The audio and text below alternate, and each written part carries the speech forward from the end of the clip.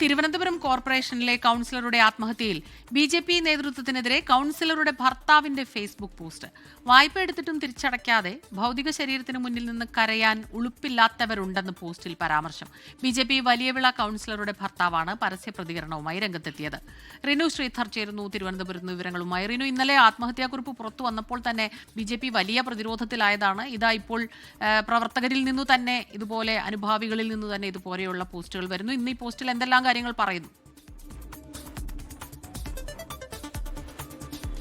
Councillor ആയിട്ടുള്ള തിരുമല അനിൽ ആത്മഹത്യ ചെയ്ത അന്നു മുതൽ വലിയ പ്രതിരോധത്തിലായിരിക്കുകയാണ് ബി.ജെ.പിയുടെ സംസ്ഥാന നേതൃത്വവും അതുപോലെ തന്നെ തിരുവനന്തപുരം ജില്ലാ നേതൃത്വവും. ഇപ്പോൾ നിലവിൽ തിരുവനന്തപുരത്തെ ബി.ജെ.പി. പ്രവർത്തകരെ ബോധ്യപ്പെടുത്തുവാൻ പോലും ബി.ജെ.പിക്ക് ആകുന്നില്ല എന്നുള്ളതാണ് ഏറ്റവും പ്രധാന പ്രശ്നം. ഇപ്പോൾ നേതാക്കളിൽ നിന്ന് പോലും, അതായത് പ്രാദേശിക നേതാക്കളിൽ നിന്ന് പോലും ബി.ജെ.പിക്ക് രൂക്ഷ വിമർശനമാണ് ഉയരുന്നത്. ആത്മഹത്യാക്കുറിപ്പ് പുറത്തു വന്നതിന് പിന്നാലെ ഇത് വലിയ രീതിയിൽ ബി.ജെ.പി. പ്രതിരോധത്തിലേക്ക് പോകുന്നൊരു സാഹചര്യം. ഇതിനിടെയാണ് വലിയവിള കൗൺസിലർ ഭർത്താവ് വലിയ രീതിയിലുള്ള ഒരു പ്രതിഷേധവുമായി FB-യിലൂടെ രംഗത്ത് എത്തിയത്. ഈ പോസ്റ്റിൽ പറയുന്നത് വായ്പ എടുത്ത് തിരിച്ചടയ്ക്കാതെ ഭൗതിക ശരീരത്തിന് മുന്നിൽ നിന്ന് കരയാൻ ഉളുപ്പില്ലാത്തവരുണ്ട് എന്നുള്ളതാണ്. ബി.ജെ.പി.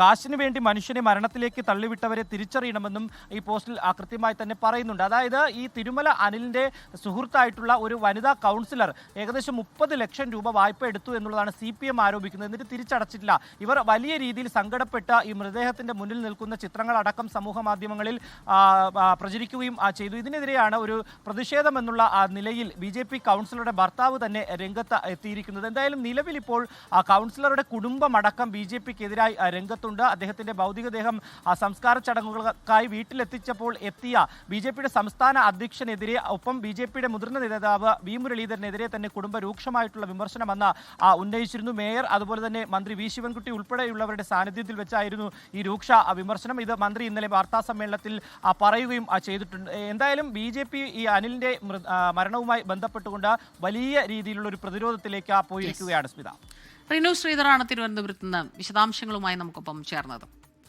ലോകത്തെവിടെയായാലും ഏത് സമയത്തും 24 വാർത്തകളും ഓഗ്മെന്റഡ് റിയാലിറ്റി പാക്കേജുകളും എക്സ്പ്ലെയിനറുകളും വിശദമായി കാണാൻ ഞങ്ങളുടെ യൂട്യൂബ് ചാനൽ നിങ്ങൾക്ക് സബ്സ്ക്രൈബ് ചെയ്യാം.